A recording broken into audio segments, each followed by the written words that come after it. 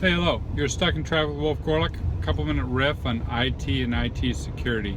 Today looking at least privilege and the users we oftentimes don't think about. So almost every time I talk to someone on my red team, I'm like, hey, how'd that pen test that go? And they're like, we got DA in 15 minutes.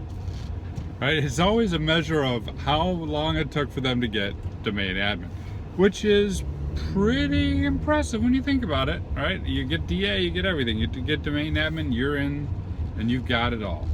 However, all too often, I think, because of this incredible pressure on getting domain admin, the people on the blue team, the people in the defense, the people that I'm usually helping stop my red team, is hyper-focused on the domain admins, not necessarily looking at the normal users. So here's a tip for you.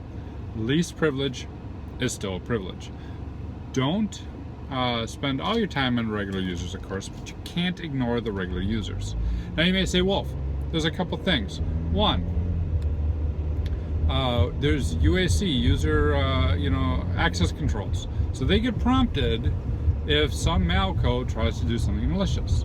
Or you may say, Wolf, but they are really restricted in their box and they can hardly do anything. And I'm going to give you two recent vulnerabilities that were talked about that bypasses both of these. Number one, on the user access control, it was just released. I heard about it from Manifestation and his cohorts.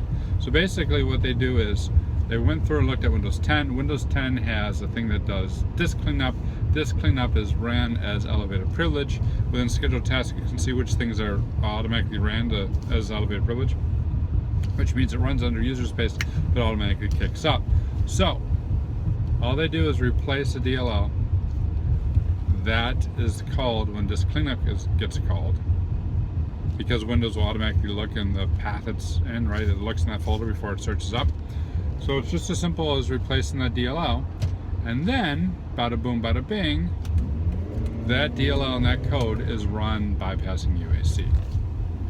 So it's easy to get around UAC, even when you're a limited user. Number two, but wait, Wolf, limited users can't do anything.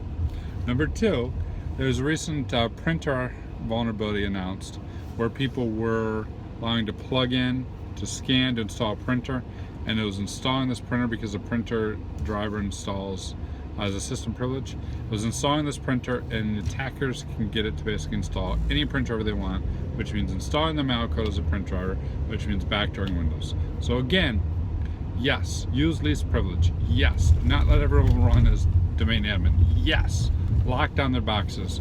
No, do not think just because they're running as least privilege, you're off the hook. Least privilege is still a privilege, and there are at least two ways that I mentioned in this video of bypassing getting around it. That's it. Have a good one.